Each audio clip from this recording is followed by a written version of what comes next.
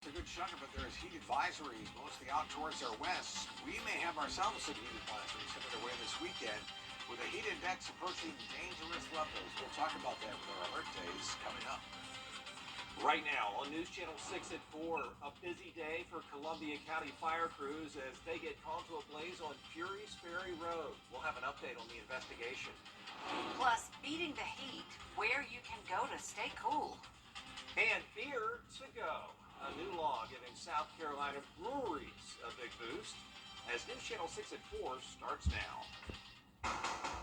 Live from Television Park, this is WJBF News Channel 6 at 4.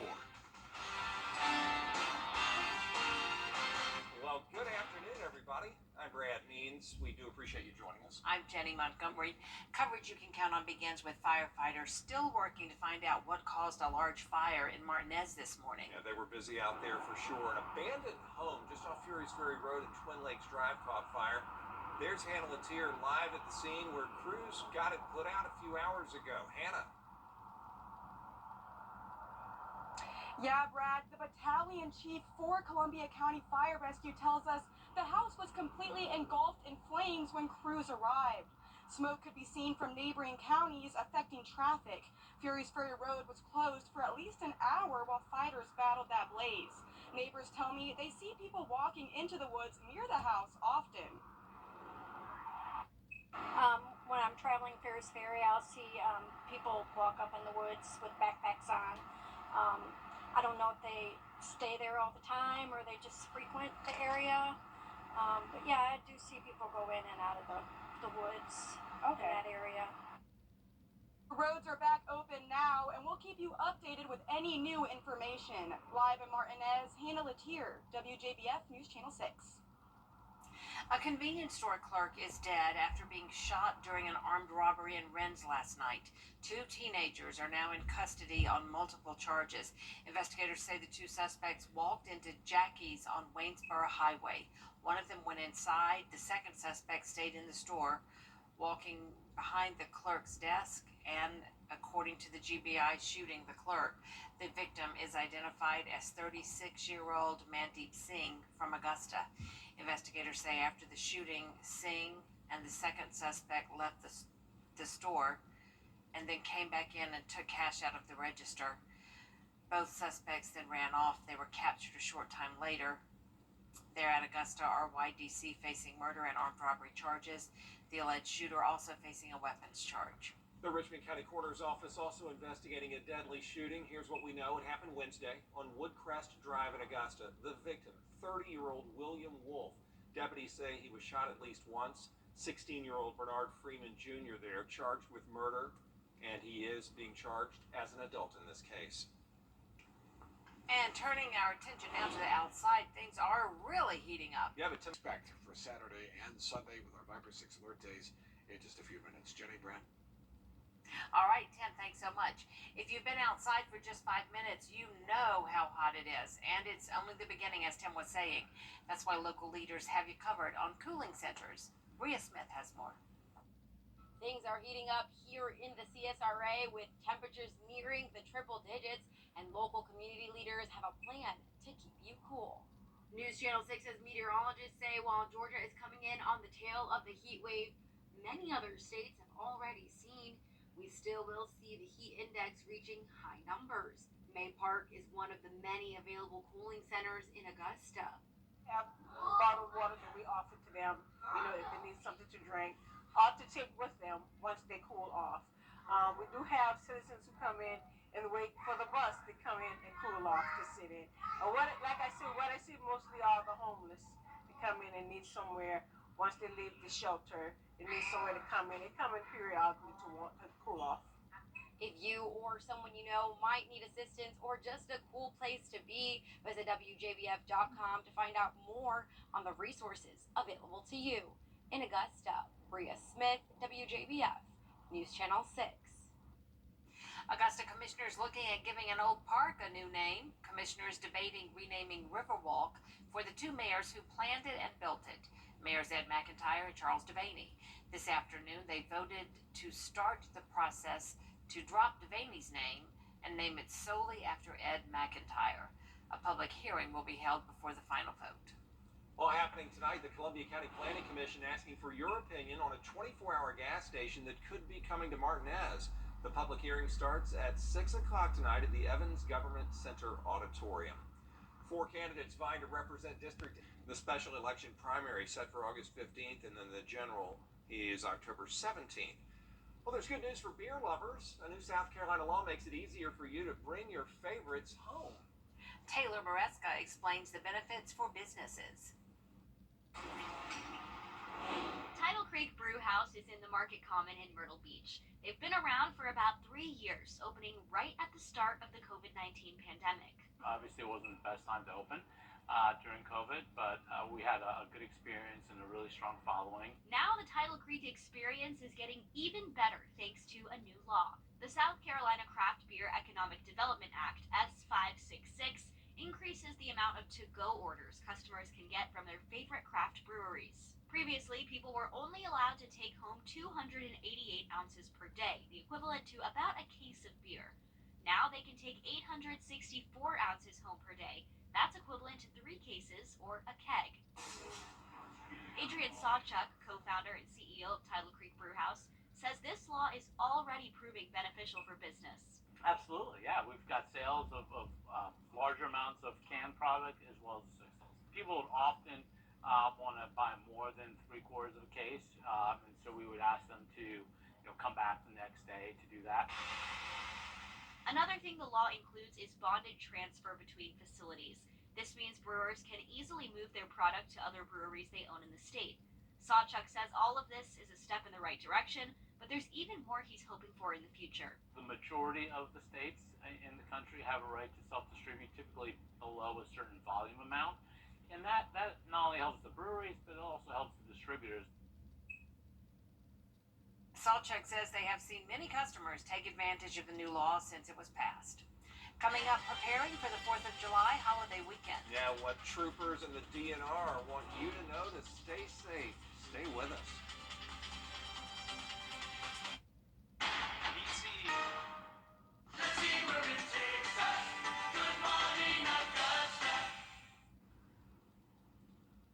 Welcome back, everybody. South Carolina Highway Patrol and the State Department of Natural Resources working to help kick off the summer in a safe way.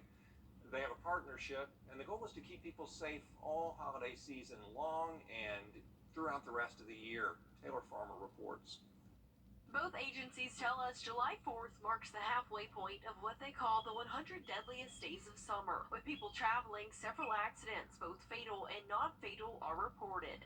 They say many accidents might be avoided if people don't drink and drive, make sure to wear their seatbelt or life jacket, and limit their distractions. Highway Patrol and DNR say they want everyone to be safe. They encourage you to have fun while also being responsible. It's all common sense. Our target is 0. Is it a big number? Of course it is, but is it an attainable number? Yes, it is. We're in for a long week, but that's good. There's, our state has abundance of water, and the natural resources are beautiful. People are off work, and they need to enjoy it. We just ask that they're safe, and as they're out there, that they have a sober skipper on board. Both agencies say there will be heavy patrolling over the holiday weekend. They ask you remain aware and abide by all rules and safety precautions.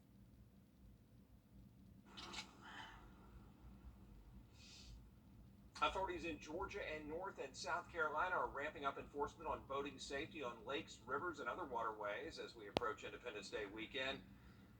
Officers in all of those states say they expect increased patrols all the way through Tuesday. We're in for a long week, but that's good. There's, our state has abundance of water, and the natural resources are beautiful. People are off work, and they need to enjoy it. We just ask that they're safe, and as they're out there, that they have a sober skipper on board. Officers are going to have mobile breathalyzer sites set up near the water so that anybody they think's operating a boat while impaired can be quickly tested. Health experts are sharing safety tips for people who plan to set off fireworks. A hand surgeon at East Cooper Hospital in the Low Country says he tends to see an increase in patients this time of year. But there are a number of things you can do to stay safe when handling fireworks. never pick up a firework unless you're sure it's, completely discharged and cooled off. Never throw a firework. We also see a lot of injuries like minor burns. Kids handling sparklers tends to be a really common one. These get really hot, and kids don't always understand that, not to touch the hot end of the sparkler. Yeah, it's important to always keep a close eye on children when fireworks are nearby, and keep in mind that alcoholic beverages and fireworks can be a dangerous combination. Another clear and hot day today. Sure was. Tim Miller, our chief meteorologist, tracking the rising temperatures. Next. I'm attorney. You have to be outside. I really wouldn't, unless there's a need to be. Tomorrow, from the Storm Prediction Center, there's a marginal risk of severe weather. This would be our nighttime shower and thunderstorm activity for most of our northern viewing areas. The biggest threat would be heavy rain. Possibility of some damaging winds and hail. We'll jump ahead to Saturday. It's an alert day anyway for Saturday, and then the entire area under this marginal risk of severe weather. And again, the same symptoms here. We're talking heavy rain, the possibility of some flooding is in the mix. So here is tomorrow afternoon. We're fine. It's hot, and then by late afternoon, we have all these showers and storms that are supposedly going to develop. I think this is overdone. I do think we'll have some showers and some rumbles of thunder, but I think that's a little aggressive. Saturday at noon, all the way through really through Saturday at noon. I actually have this backwards, but we'll have scattered showers and storms for Saturday afternoon, and it will be hot. 70 for the overnight low for tonight, 72 in Aiken, 71 Louisville, Waynesboro at about 71 degrees. Tomorrow, 96 the high, certainly above the average. The heat index pushing well close to 100, if not at 102, with a late day shower or thunderstorm. 10-day 5-hour forecast continues the alert days for Saturday and Sunday. And then it's a daily chance of showers and storms with highs in the low 90s for the rest of the 10-day. All right, Tim, thank you. Tim. Record-breaking heat and poor air quality spread across the country. Yep, people are being warned to prepare and to take appropriate precautions, as Jacqueline Lee reports. Scorching heat is gripping parts of the United States, with officials blaming it for at least 13 deaths in Texas, calling it unprecedented. A hospital in Houston saying they have a 30% increase in heat-related cases from the same time last year. It's really, really hot. So tomorrow we're actually leaving the country, going to Canada, so we get a break from the weather. The National Weather Service stating that extreme heat events will become more frequent and intense in the coming decades due to climate change. The temperature is even prompting the U.S. Postal Service to allow earlier starting times for letter carriers, after a letter carrier died last week from triple-digit heat. I don't know, it just seems like it's getting hotter and hotter. This as wildfire smoke continues to blanket the U.S., with Canada's worst ever wildfire season continuing to burn. The smoke now moving from the Midwest to the Northeast, delaying the Pirates-Padres game in Pittsburgh today. Experts warn even healthy people may experience airway inflammation, sore throat, and eye irritation. Staying indoors is key. It definitely reduces your exposure. You keep windows closed. Try to have a air purifier that you can run in a safe room that will allow you to also circulate the air in a cleaner fashion. Experts say an N95 mask helps with exposure to poor air quality. As for the extreme heat, officials advise residents to stay indoors if possible. Jacqueline Lee, ABC News, New York. An uninvited guest wakes up a Louisiana couple. Coming up, they describe what they call a bizarre way to start the day.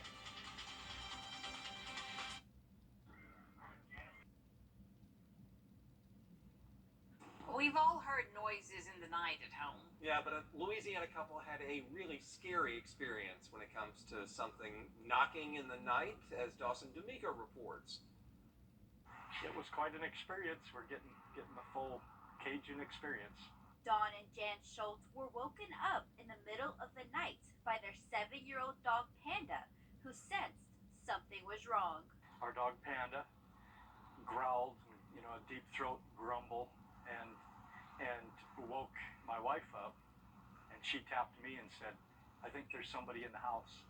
And so I got up and headed down the hall to check. I saw the shape of an alligator. The 5-foot alligator had entered through the doggy door. Dawn and Jan called 911, and wildlife and fisheries came soon after to capture the uninvited reptile. We're real grateful for the sheriffs and the Fish and Wildlife that came and, so thoroughly dispatched the creature from our home. So I guess it's off swimming in the bayou somewhere. So we're taking precautions and putting a locking dog door in now that only unlocks with the dog's collar. So we won't have this surprise in the future. Living the true Louisiana experience. That would freak me out. Me too. Good job on Panda, though, saving the family. There's a lot more coverage you can count on coming up next on News Channel 6 at 4:30. Including the Supreme Court. Hyundai. Well, it's a number of heat advisories all across the country, and all this heat that we see out west is headed our way. Viper 6 alert days posted for Saturday and Sunday because of the heat. We'll have all the details of what to expect coming up. Right now on News Channel 6 at 6, Augusta's Riverwalk could have a new name soon. What former leader made the cut? Plus details on a structure fire just off the intersection of Riverwatch and Fury's Ferry Road. And 2 teenagers arrested for a murder in Rennes, Georgia. Details on that as your News at 6 starts now. Live from Television Park, this is WJBF News Channel 6 at 6. Good evening, everybody. I'm Brad Means. And I'm Jenny Montgomery. Thank you so much for joining us. Coverage you can count on begins with a potential new name for Augusta's Riverwalk. Commissioners looking at proposals to begin the process of naming the park in honor of 2 former mayors who were instrumental in its development. But when the smoke cleared, one of those former leaders didn't make the cut. Senior reporter George Escala has the story. It's raising some questions for commissioners renaming Riverwalk in honor of former mayors Ed McIntyre and Charles Devaney. I'm getting feedback from various sources from the community, some good and some not so good. McIntyre is credited as the visionary behind the development of Riverwalk. Devaney was Augusta's mayor when it was built. But some commissioners having trouble including Devaney as part of the renaming because of his handling of city finances. Because Mr. Devaney is the reason why this government is consolidated, and I have no desire to support that. Commissioners voting to begin the process of renaming Riverwalk for McIntyre alone. This is a great day, and I'm glad this is passed. It's taken a while.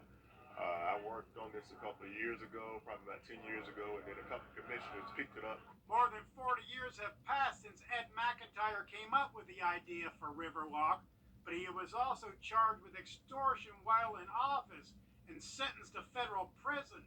One commissioner saying they would like to put the renaming up for a vote. Why don't we put it on the November ballot and let the people decide that?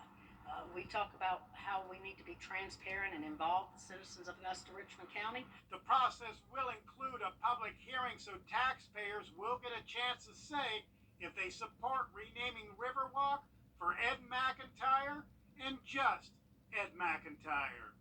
In Augusta, George Escala, WJBF, News Channel 6. Meanwhile, commissioners voted to begin the search for a permanent city administrator, approving hiring a headhunter firm, but limiting the search just to candidates from the Southeast. Investigators still working to find out what caused a large fire in Martinez this morning. It happened at an abandoned home off Fury's Ferry Road and Twin Lakes Drive. News Channel 6's Hannah Latier live there where the fire happened, and crews put it out a few hours ago. Hannah. The battalion chief for Columbia County Fire Rescue tells us the house was completely engulfed in flames when crews arrived.